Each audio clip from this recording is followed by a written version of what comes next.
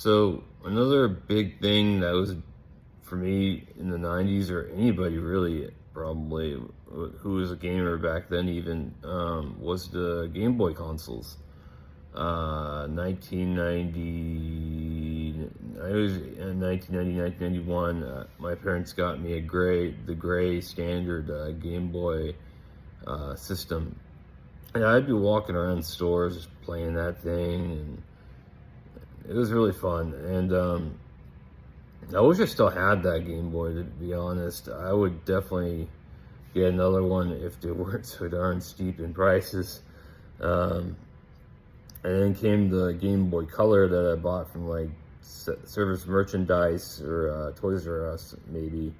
I can't remember, well, both those places aren't even around anymore, so sad but true.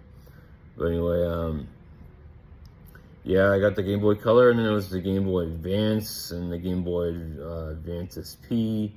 Those are really fun to play. I mean, they had some really good games as well,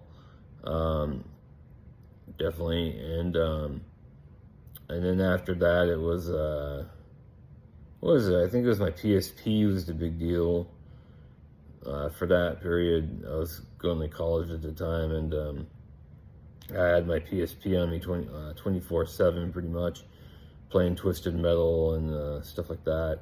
I had Project 8 from Tony Hawk too, but I didn't as much like that game compared to the other Tony Hawk games as growing up as a kid, teenager more so. But then there's the 2DS.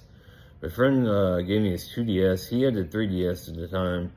The only problem I had with the 2DS is that there's a button that got messed up on it, so I didn't really play as much. As hard to power the game off, system off and on. But other than that, the screens were really good.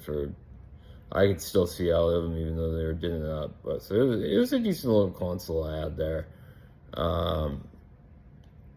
But yeah, those are really good times. The Game Boy, PSP, all that jazz, good stuff, 100%.